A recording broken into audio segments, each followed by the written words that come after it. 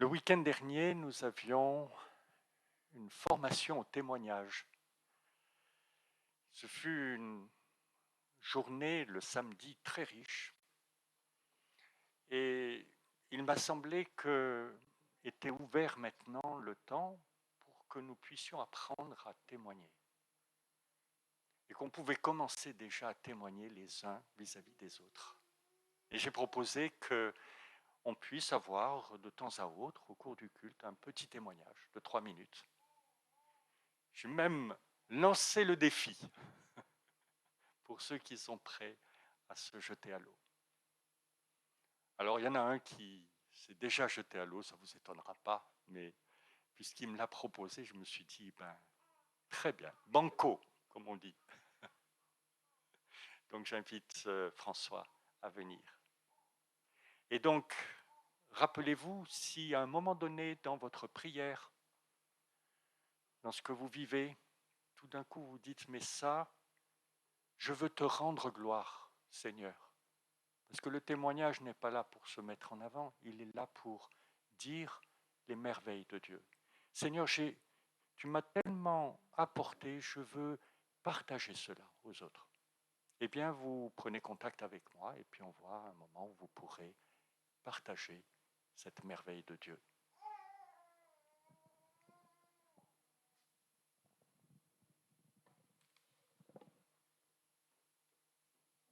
Donc en effet, ce n'est pas pour se mettre en avant, c'est parce qu'il a lancé l'appel.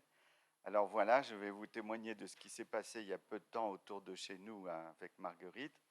Donc personnellement, pour prier, j'ai besoin de m'appuyer sur une parole certaine de l'Évangile. J'ai peu de confiance dans ma propre prière. Donc il y a peu de temps, j'ai eu l'occasion de m'appuyer sur le passage de Matthieu 8 que je vous lis. Le soir venu, donc Matthieu 8, 16 et suivant. Le soir venu, on amena à Jésus plusieurs démoniaques. Il chassa les esprits par sa parole et guérit tous les malades. Ainsi s'accomplit la parole du prophète Ésaïe. Il a pris nos infirmités et il s'est chargé de nos maladies. Ça, c'est le verset sur lequel je souhaite m'appuyer quand je vais devoir prier ou quand je prie pour quelqu'un.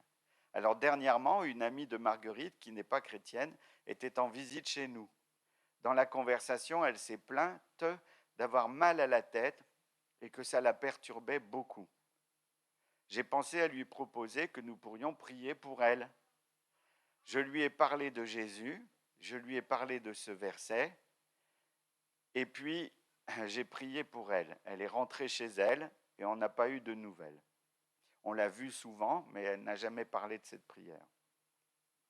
Et puis il n'y a pas longtemps, elle est venue à la maison et elle a dit « Ah, j'aimerais bien que vous priez pour moi encore parce que j'ai eu des gros soucis. » Et la dernière fois que vous avez prié pour moi, eh ben, j'ai plus eu de mal à la tête. Jamais. C'est formidable. Alors donc, cela nous a encouragés à témoigner de l'amour de Jésus et à prier pour les gens. Mais ce que je voudrais ajouter, c'est que la prière, même avec la foi et la ferveur, n'est pas une recette magique. Il m'est arrivé aussi de prier pour des amis vraiment gravement malades aussi, sans que Dieu ait déjà répondu. Alors j'avais entendu un prédicateur qui disait « Il y a des prières fusées et il y a des prières tortues ». Mais cela ne m'empêchera pas de continuer de prier pour la guérison, de demander la guérison en m'appuyant sur ces paroles de Jésus qui a pris nos infirmités et nos maladies, et parce que je sais que Jésus, le Père et l'Esprit entendent nos prières et qu'ils font ce qui est bon avec. Et ce n'est pas à moi de décider, ça n'est pas un tiroir magique. Voilà pour ce matin. Je te rends gloire, Seigneur, et je te remercie d'avoir bien voulu toucher cette dame. Continue de la toucher. Amen.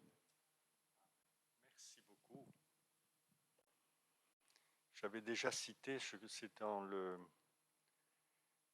un responsable Alpha, dans un mail qu'il envoyait, qui citait euh, une enquête qui avait été faite et 30% des gens étaient prêts à ce qu'on prie avec eux et qu'on prie dans le cadre de la foi chrétienne avec eux. 30%. Ils ne sont pas du tout prêts à entendre un grand discours sur Dieu, sur Jésus, sur le royaume, comme nous le faisons, mais ils sont prêts ils sont réceptifs à la prière. Il y a une recherche spirituelle aujourd'hui dans notre pays. Et donc, je te remercie de nous avoir partagé cela parce que je trouve que ça s'inscrit bien dans... C'est bien un bon exemple de cette réalité. Nous allons donc terminer notre lecture de l'enseignement de Jésus sur la montagne aux disciples.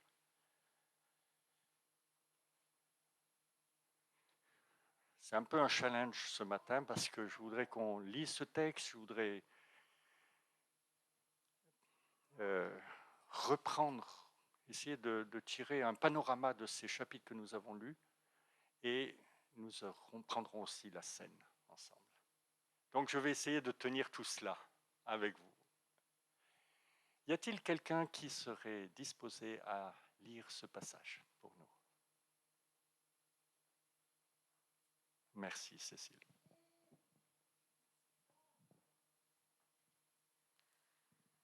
Tout ce que vous voudriez que les hommes fassent pour vous, vous aussi, faites-le de même pour eux, car c'est ce qu'enseignent la loi et les prophètes. Entrez par la porte étroite. En effet, large est la porte, spacieux le chemin menant à la perdition, et il y en a beaucoup qui entrent par là. Mais étroite est la porte, resserrez le chemin menant à la vie, et il y en a peu qui les trouvent. Méfiez-vous des prétendus prophètes. Ils viennent à vous en vêtements de brebis, mais au-dedans ce sont des loups voraces. Vous les reconnaîtrez à leurs fruits. Cueille-t-on des raisins sur des ronces ou des figues sur des chardons? Tout bon arbre produit de bons fruits, mais le mauvais arbre produit de mauvais fruits. Un bon arbre ne peut pas porter de mauvais fruits, ni un mauvais arbre porter de bons fruits. Tout arbre qui ne produit pas de bons fruits est coupé et jeté au feu. C'est donc à leurs fruits que vous les reconnaîtrez. Ceux qui me disent « Seigneur, Seigneur » n'entreront pas tous dans le royaume des cieux, mais seulement celui qui fait la volonté de mon Père céleste.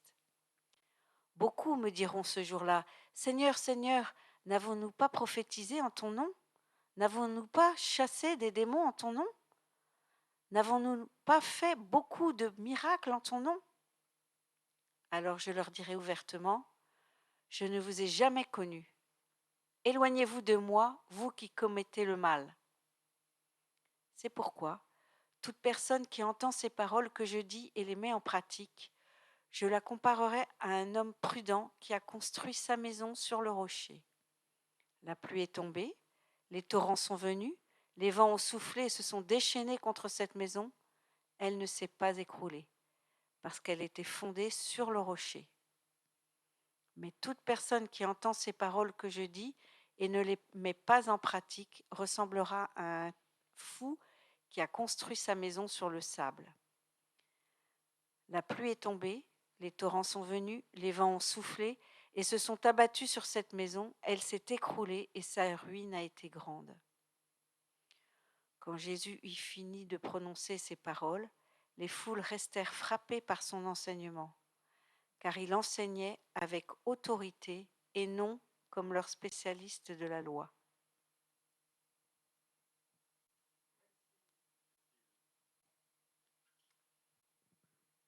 Alors c'est à toi maintenant, n'est-ce pas? J'ai préparé un petit jeu pour toi. Alors, on va faire un concours. D'accord? Alors, tu vas te mettre là, tu veux venir? Ici? Voilà. Mets-toi bien là, ici, au début. Ici.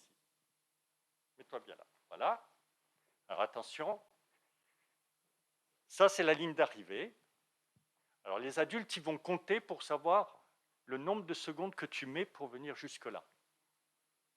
Alors attention, 3, 2, 1, partez. Parfait. 4 en 4 secondes, ça c'est pas mal. Ça c'est pas mal. Bon, maintenant on va corser un peu les choses.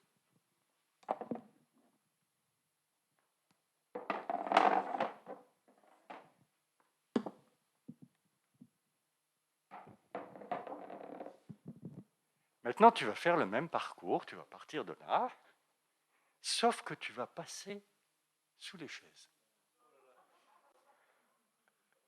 Et on va compter, hein. Tiens, je garde les peluches et je te les donne à l'arrivée. Elles t'attendent et elles sont tes supporters. Allez, vas-y. 1.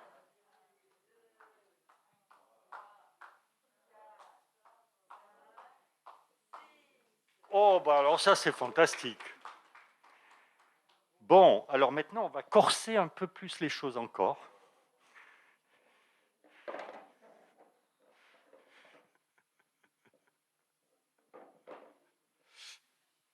Vas-y, tu vas là-bas. Je ne sais pas si ça va marcher, hein, on va essayer de voir.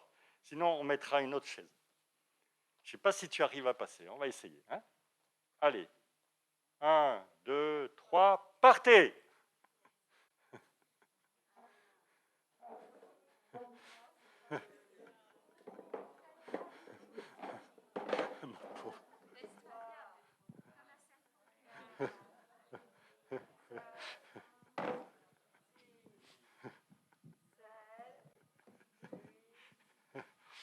Ouh, aïe, aïe, aïe, aïe, c'est dur là, hein.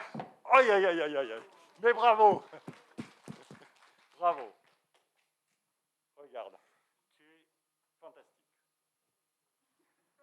Pourquoi on a fait ça? Tu sais pourquoi? Je vais t'expliquer. Parce qu'on a lu une phrase, tu vois tout en haut, au verset 13, « Entrez par la porte étroite. En effet, large est la porte, spacieux le chemin menant à la ruine. Et il y en a beaucoup qui entrent par là. Mais étroite est la porte, resserré le chemin menant à la vie, et il y en a peu qui les trouvent. » Qu'est-ce que ça veut dire ça? Qu'est-ce que Jésus a voulu nous dire? C'est compliqué, hein? Qu'est-ce que ça veut dire passer par la porte étroite? Tu vois, c'était très étroit là. Et c'était plus compliqué. C'était difficile, hein? Qu'est-ce que ça veut dire? Eh bien, d'abord, voyons qu'est-ce que ça veut dire le chemin qui est large. Le chemin qui est large, ça veut dire qu'on peut courir à toute vitesse sans problème. C'est la vie telle qu'on la rêve. Alors, on aimerait que tout le monde nous aime. Et puis, on aimerait beaucoup de cadeaux à Noël. Et puis, on aimerait être la meilleure à l'école. Et puis, on aimerait, je ne sais pas quoi encore. Qu'est-ce que tu aimerais encore? Plein de cadeaux à Noël. Bon, on est bien d'accord. Et tu vois, les adultes, ils aimeraient une belle maison, ils aimeraient gagner au loto, ils aimeraient je ne sais pas quoi encore, tu vois.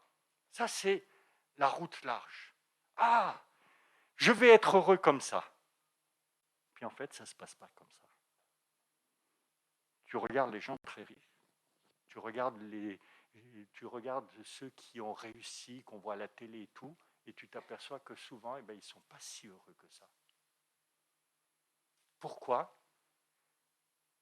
Parce que ça ne mène nulle part. Et Jésus nous dit, mais moi j'ai préparé un autre chemin qui est plus difficile, qui est étroit. Mais ce chemin-là, il va te rendre heureux. C'est un chemin où ce n'est pas toujours facile, où on peut parfois souffrir. Mais sur ce chemin-là, je serai là pour t'aider, pour changer ton cœur, et tu vas voir qu'au bout du chemin, il y a le bonheur et la vie que j'ai pour toi. Par exemple, tu joues avec tes copines. Vous jouez à quoi? À la cour de récré. Au loup. Voilà. Tu joues au loup avec tes copines, et puis voilà que tu tombes par terre, tu te fais mal, le loup t'attrape, et tout le monde rigole. Et toi, tu es vraiment pas contente. Comment? Se moquer, tu sais pas ce que ça veut dire? Ça veut dire qu'on dit oh, elle sait pas tenir debout, elle, tu vois, c'est ça, c'est qu'est-ce qu'on peut dire comme dit des choses pas gentilles sur toi, hein? Voilà, et ça les fait rigoler et tout le monde rigole et puis on veut plus de toi, on te met à l'écart. Ça c'est pas facile. Mais si à ce moment-là tu te rappelles, ah, mais Jésus lui-même, lui, il ne se moque pas de moi. Ah, j'ai un Père dans les cieux qui fait attention à moi. Alors, ça va te permettre de passer par-dessus cela. Et puis, imagine que le lendemain, tu arrives et tu vois un nouvel élève qui est arrivé, qui n'est pas comme les autres, qui a un peu la peau différente, qui parle pas bien le français, et tu le vois tout seul dans la cour. Alors tu vas te dire, ah mais je sais ce que c'est être tout seul. Alors je vais aller lui proposer et lui demander, est-ce que tu veux jouer avec moi? Et tu vas voir que tu vas avoir du bonheur et de la joie de cette manière-là. Donc tu comprends ce que ça veut dire la porte étroite et le chemin resserré? Ça veut dire que ce n'est pas toujours facile, mais que si tu te rappelles que Dieu t'aime et qu'il est venu pour t'aider, alors tu vas trouver le bonheur au milieu de ce chemin. D'accord? Est-ce que tu as un peu compris ou c'était un peu trop compliqué encore? C'était un peu compliqué. Mais tu demanderas à ta maman de reprendre cela avec toi, avec ces mots à elle, et je suis sûr que ce sera un bon moment que vous passerez ensemble. D'accord? Allez, je te laisse partir avec Colette.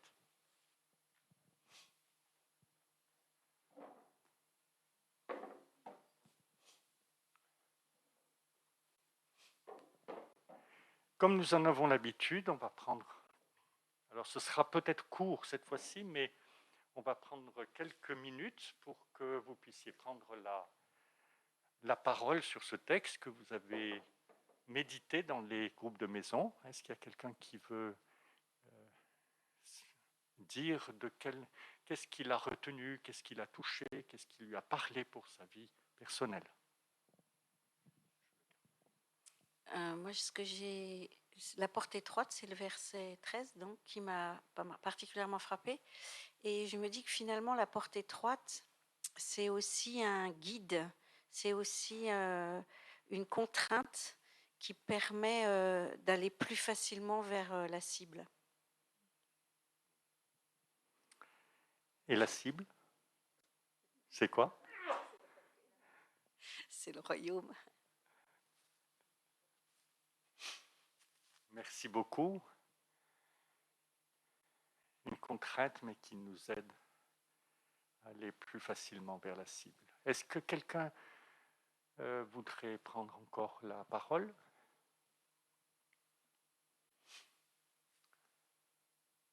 Oui, Anne-Valérie. Et 12, tout ce que vous voudrez que les hommes fassent pour vous, vous aussi faites-le, même pour eux, car c'est ce qu'enseigne la loi et les prophètes. On se plaint souvent même de nos maris ou de nos enfants ou de nos proches. Mais oui, elle m'a pas fait ça. Oui, pourquoi elle me demande pas comment ça va? Pourquoi, au lieu de se plaindre de cela, nous on pourrait le faire. Dis comment toi tu vas, comment, au lieu de dire même à même pas demander comment je vais ou bien il m'a pas aidé, voilà. on pourrait le faire, nous, au lieu de se plaindre. Simplement. Oui, merci beaucoup de relever ce verset qui vraiment fait une sorte de révolution, de changement de perspective. Au lieu de partir de nous, de se dire, ben, qu'est-ce que je vais pouvoir apporter à l'autre et s'engager sur ce chemin, en fait, va demander énormément. Ça va être une contrainte, mais même plus qu'une contrainte, c'est quelque chose qui va m'obliger de me désencombrer de moi-même, de me détourner de moi-même. C'est quelque chose qui va m'obliger même à mourir à moi-même, mais avec l'amour du Père, avec la grâce du Saint-Esprit dans ma vie, ça va ouvrir une porte, un chemin de vie, un chemin qui est totalement différent. Merci beaucoup d'avoir relevé ce verset. Est-ce qu'il y a encore quelque chose? Moi, je pense toujours à l'histoire des 3 petits cochons quand on parle de la maison. Et c'est vrai qu'avec une maison en paille ou en bois, c'est pas très solide contre les aléas de la vie. Mais alors là, vraiment une maison en briques, c'est plus solide. Alors il faut construire sa maison avec des briques. Merci.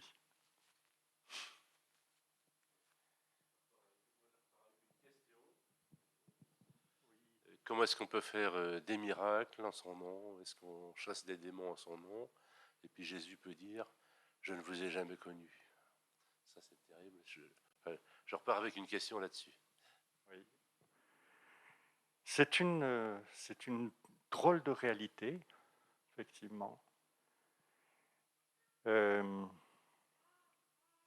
trouve, alors c'est pas, ça s'approche un peu, un exemple biblique qui est Saül, pour ceux qui le connaissent, hein, qui a été appelé par Dieu, qui a vécu une expérience spirituelle très forte. J'ai dit que le Saint-Esprit vint et que même il prophétisa, etc. Et puis qui finalement s'est détourné de Dieu en fait, parce qu'il a préféré le regard des hommes, l'approbation des hommes, l'approbation de Dieu. Donc là, on a un exemple biblique, je le signale pour ceux qui ont l'histoire en tête. En fait, ça vient de ce que lorsque le message est annoncé, proclamé, Dieu peut s'en servir pour agir. Et donc, il peut y avoir même par exemple des prédicateurs, ou pas des prédicateurs, même des gens qui témoignent, qui vont témoigner de Jésus, et puis le Christ va agir, parce que ceux qui entendent vont le recevoir avec foi, parce qu'il va y avoir une action du Saint-Esprit, et donc il y a quelque chose qui se passe. Mais ça ne veut pas dire que le cœur de celui qui témoigne de l'Évangile ou le cœur de celui qui prêche l'Évangile a été transformé par la grâce de Dieu. Et ce qui plaît à Dieu, ce n'est pas ce que nous faisons, mais c'est ce que nous sommes, parce que ce qu'il recherche, c'est notre cœur, parce que ce qu'il désire, c'est que nous soyons en communion avec lui, parce qu'il désire nous accueillir dans ce royaume, dans son royaume, et qu'il nous faut être transformés à son image pour cela. Voilà, je pense, comment je comprends et pourquoi il y a cet avertissement de Jésus. Alors, comme dans tout ce passage, on voit qu'il y a Jésus aime pousser les choses, aime, je dirais, une sorte d'exagération pour marquer les esprits.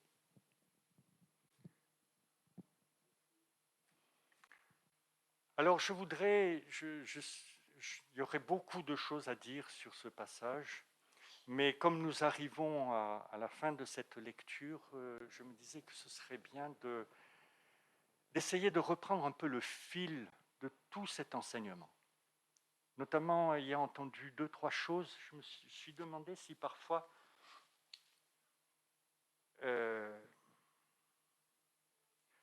en fait, cet enseignement paraît très simple, fait de briques et de broc, avec des images très simples. Et quand on l'approfondit, on s'aperçoit qu'il est d'une extrême profondeur et beaucoup plus complexe qu'il n'y paraît. Je voudrais partir de la fin. Quand Jésus eut fini de prononcer ces paroles, les foules restèrent frappées par son enseignement, car il enseignait avec autorité et non comme les spécialistes de la loi.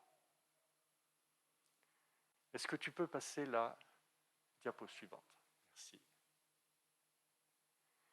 Or, quand nous lisons la fin de l'Évangile, ce sont les derniers versets, chapitre 28, Jésus ressuscité s'approche des disciples et il leur dit « Toute puissance, autorité », c'est le terme grec peut être traduit de ces deux manières, autorité ou puissance, m'a été donnée dans le ciel et sur la terre. Allez, faites parmi toutes les nations des disciples, baptisez-les au nom du Père, du Fils et du Saint-Esprit et enseignez-leur à mettre en pratique tout ce que je vous ai prescrit, et moi je suis avec vous tous les jours jusqu'à la fin du monde. Nous retrouvons ce thème de l'autorité ou la puissance qui a été remis à Jésus.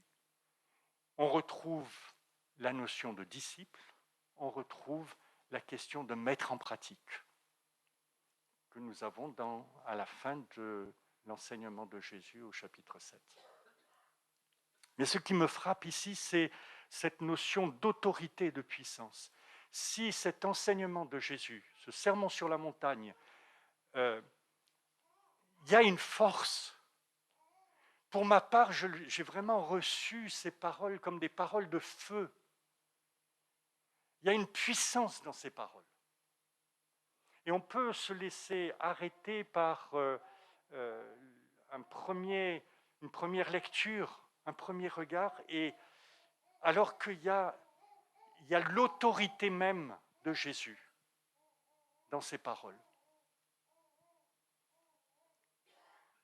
Et cette autorité qui se manifestait quand Jésus était au milieu des hommes, c'est le témoignage qui est rendu, cette autorité, elle est maintenant dans le ciel et sur la terre. Et ces paroles peuvent avoir encore une action créatrice, une action profonde dans nos vies, parce qu'elles sont porteurs de l'autorité, de la puissance de Jésus. Donc je voudrais vraiment vous encourager à revoir, à relire encore ces textes, parce qu'ils sont porteurs de quelque chose d'extrêmement puissant.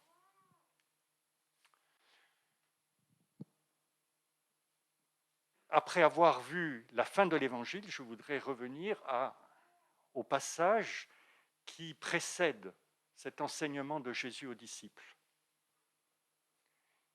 Donc le chapitre 4, puisque l'enseignement commence au chapitre 5 par les béatitudes, au chapitre 4, juste à la fin du chapitre 4, nous lisons, non, tu peux rester là sur la diapositive, nous lisons, à partir de ce moment, Jésus se met à annoncer « Changez votre vie, car le royaume des cieux s'est approché. »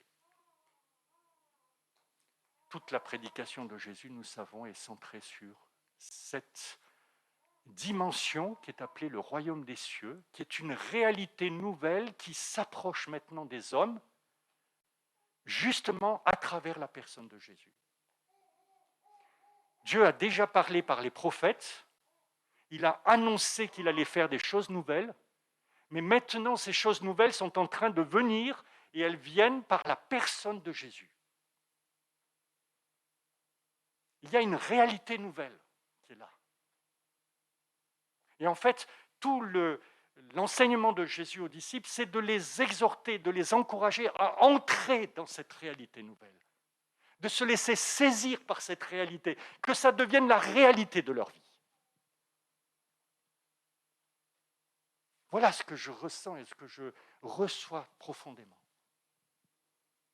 Ainsi, Jésus dit, le royaume des cieux s'est approché, changez votre vie. Et nous voyons tout de suite que cette réalité nous amène à un changement profond. Et tout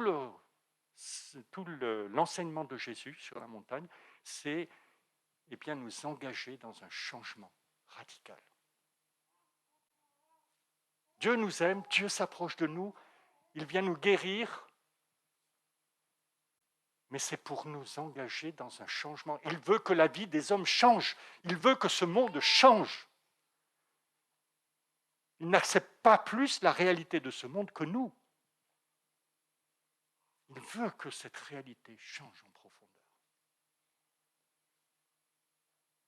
Ainsi, un peu plus loin, il nous est dit, Jésus parcourait toute la Galilée, il enseignait dans les synagogues, annonçait la bonne nouvelle du royaume et guérissait toute maladie et toute infirmité parmi le peuple.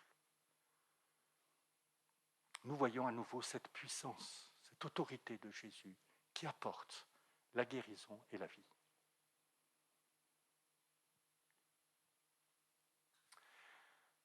Alors, quand on reprend tout cet enseignement, je vais essayer de relever quelques versets un peu clés. On pourrait en prendre encore d'autres, mais il faut bien s'arrêter à un moment donné. Et j'ai pensé à ce verset au chapitre 6, verset 33 que nous avons lu. « Cherchez d'abord le royaume du Père et sa justice, et toutes choses vous seront données en plus. » Et il me semble que quelque part, cet enseignement de Jésus, ce n'est pas tant un catalogue, ce n'est même pas du tout un catalogue de règles qu'il faut suivre. C'est en fait des paroles qui sont là pour nous inviter, nous exhorter à rechercher le royaume de notre Père, le royaume du Père, et rechercher cette justice du Père.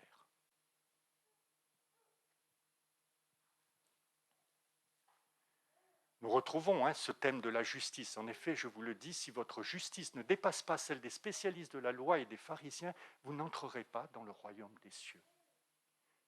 Ainsi, ce royaume des cieux se présente d'abord par une puissance de pardon, une puissance de guérison, mais c'est aussi une puissance de transformation afin que nous vivions la justice du royaume.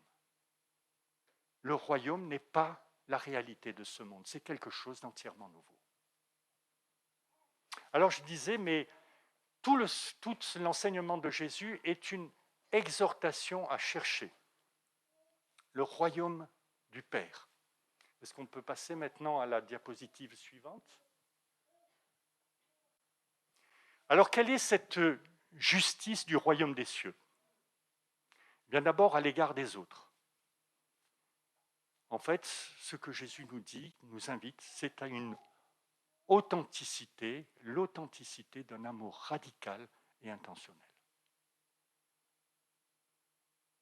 Vous vous rappelez, nous avions lu, vous avez appris qu'il a été dit aux anciens, tu ne commettras pas de meurtre, celui qui commet un meurtre mérite de passer en jugement.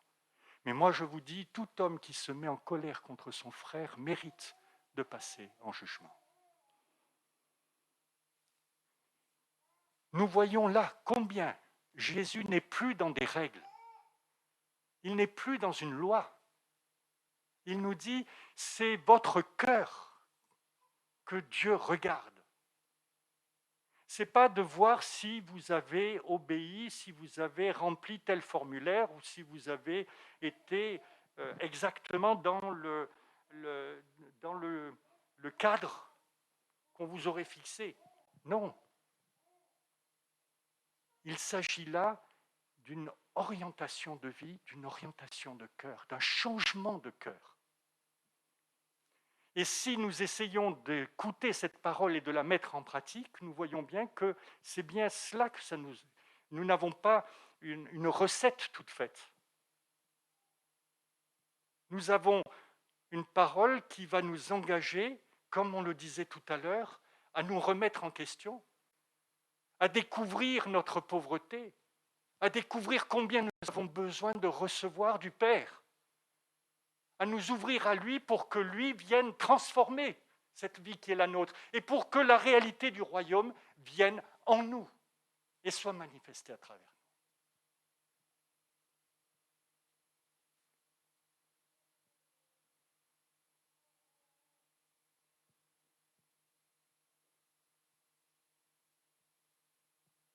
Je ne vais pas reprendre la parole suivante parce que c'est la même chose. Hein. Vous avez appris qu'il a été dit œil pour œil, dent pour dent, mais moi je vous dis de ne pas résister aux méchants. Si quelqu'un te gifle sur la joue droite, tends-lui aussi l'autre. On a vu que si on essayait de la mettre bêtement, si on essayait de la vivre bêtement, on arrivait à quelque chose d'absurde. Je vous avais même cité, puisque c'est un peu l'actualité, une femme qui se fait agresser sexuellement. Est-ce que Jésus lui dit qu'elle va à nouveau se proposer à la personne qui l'a agressée? Non, ça n'a pas de sens. Il y a autre chose qui nous est dit. C'est donc pas une recette qui nous est donnée, mais c'est une orientation, un horizon. C'est lorsque tu es soumis à la violence de quelqu'un, n'entre pas dans cette violence, sors de cette violence. Alors il va te falloir rechercher pourquoi l'autre est violent, réfléchir. Il va te falloir voir si toi-même tu as provoqué cette violence. Il va falloir que tu réfléchisses, peut-être qu'il y a quelque chose en toi qui a besoin de changer, etc., etc. Ce n'est donc pas une règle, mais c'est une orientation qui nous invite à changer, afin que le royaume du Père habite en nous. Et puis la deuxième chose, deuxième caractéristique de cette justice, c'est à l'égard de Dieu, vivre pour lui en premier lieu. Vous vous rappelez ce verset, gardez-vous de faire des dons devant les hommes pour qu'ils vous regardent, mais toi, quand tu fais un don, que ta main gauche ne sache pas ce que fait ta droite, afin que ton don se fasse en secret, et ton Père qui voit dans le secret te le rendra. Il y a d'autres paroles de Jésus qui vont dans ce sens-là et qui sont un encouragement à vivre pour Dieu et pas pour être reconnu par les autres. Un encouragement à ne rien faire simplement pour être reconnu, pour la façade, pour avoir l'approbation des hommes, mais un encouragement à découvrir l'amour du Père, à nous nourrir de cet amour du Père et à trouver dans cet amour toute notre justification afin que nous soyons libres pour pouvoir le vivre vis-à-vis des autres. On peut continuer la dernière diapo.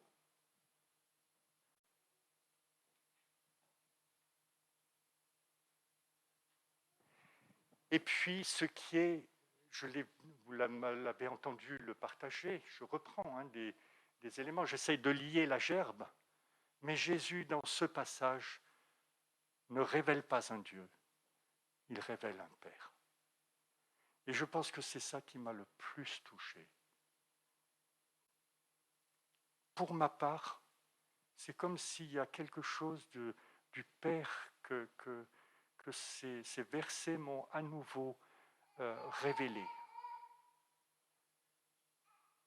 Au cœur, au milieu de tout cet enseignement, vous le savez comme moi, nous trouvons cette exhortation de Jésus qui dit, quand vous priez, dites, notre Père qui est aux cieux. Reprenez tout l'enseignement, ces chapitres 5 à 7, il me semble qu'il n'y a pas une seule fois le mot Dieu. Mais vous trouvez 17 fois la mention du Père.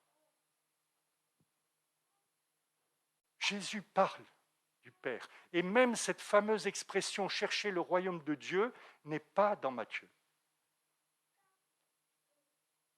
Rechercher son royaume. Et quand on regarde le verset précédent, on parle du Père. C'est-à-dire rechercher le royaume du Père. Et sa justice, c'est-à-dire la justice du Père. Et il y a cette révélation du Père, notamment au chapitre 6, nous l'avons vu, demandez, l'on vous donnera, cherchez, vous trouverez, frappez, l'on vous ouvrira. Si donc mauvais comme vous l'êtes, vous savez donner de bonnes choses à vos enfants, à combien plus forte raison votre Père dans les cieux donnera-t-il de bonnes choses à ceux qui les lui demandent.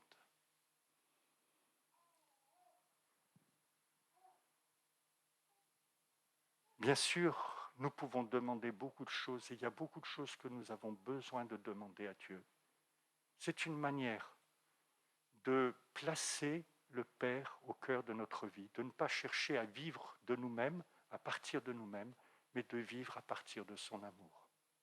Il y a donc vraiment, et moi je l'ai reçu moi-même, je me suis rendu compte combien de fois, quand je me trouve devant une situation difficile, combien je cherche à me débrouiller par mes propres moyens. Et j'ai entendu cette exhortation, mais apprends à me demander, apprends à attendre de moi. Et à ce moment-là, tu verras combien je suis proche de toi. Combien je suis présent et je veux être présent dans ta vie.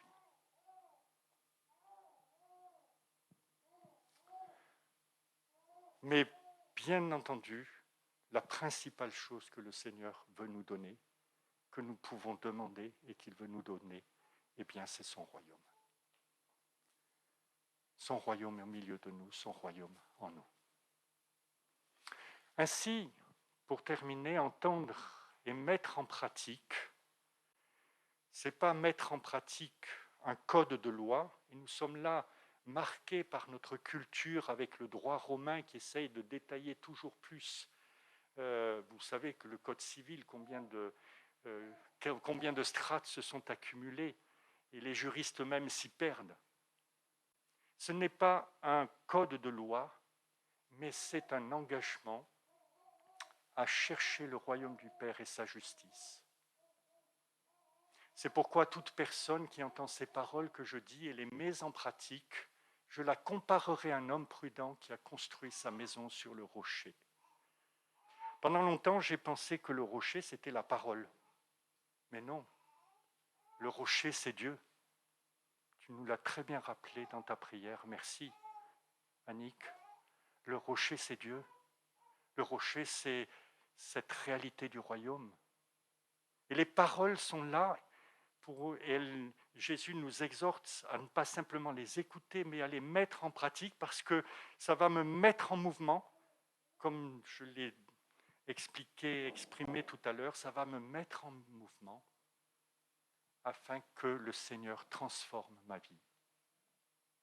Mettre en pratique, c'est passer par la porte étroite, un chemin resserré. C'est le même mot que affliction. C'est la même racine. C'est un chemin par lequel je passe par des moments difficiles, par des moments où même j'ai l'impression de me perdre complètement moi-même. Et pourtant, c'est un chemin où le Seigneur va ouvrir une porte, la porte du don extraordinaire qu'il a préparé pour nous. Je n'ai pas le temps et j'espère qu'on le reprendra plus tard, à un moment donné, mais on pourrait prendre tout le processus par lequel Pierre passe dans l'Évangile, et en particulier comment il est conduit à renier le Christ pour découvrir combien il est faible et pauvre devant Dieu, avant de pouvoir devenir cette pierre sur laquelle Jésus bâtit son Église. Et nous ne pouvons pas entrer dans le royaume de Dieu sans passer par là. Nous ne pouvons pas, c'est Paul qui dira, vous qui avez été baptisés en Christ, vous avez été baptisés sans sa mort. Vous êtes morts avec lui, afin de vivre avec lui. C'est donc découvrir notre faiblesse, notre péché, c'est passer par une mort à nous-mêmes. Et c'est pour cela que je terminerai par le commencement de cet enseignement. Heureux ceux que l'Esprit conduit à se reconnaître comme pauvres devant Dieu, car le royaume des cieux est à eux.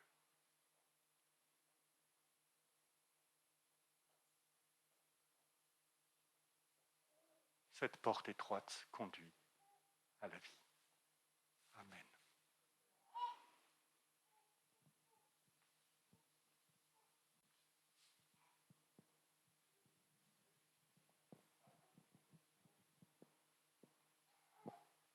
Seigneur, je te remercie pour cette parole tellement forte et puissante que tu nous as laissée, cet enseignement. Nous te le demandons, aide-nous à le comprendre, aide-nous à nous y engager. Merci parce que tu veux mettre dans nos cœurs et au milieu de nous cet amour qui est le tien.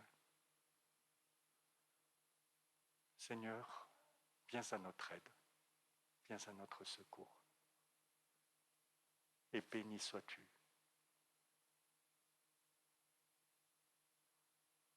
Parce que tu es là pour nous conduire. Amen.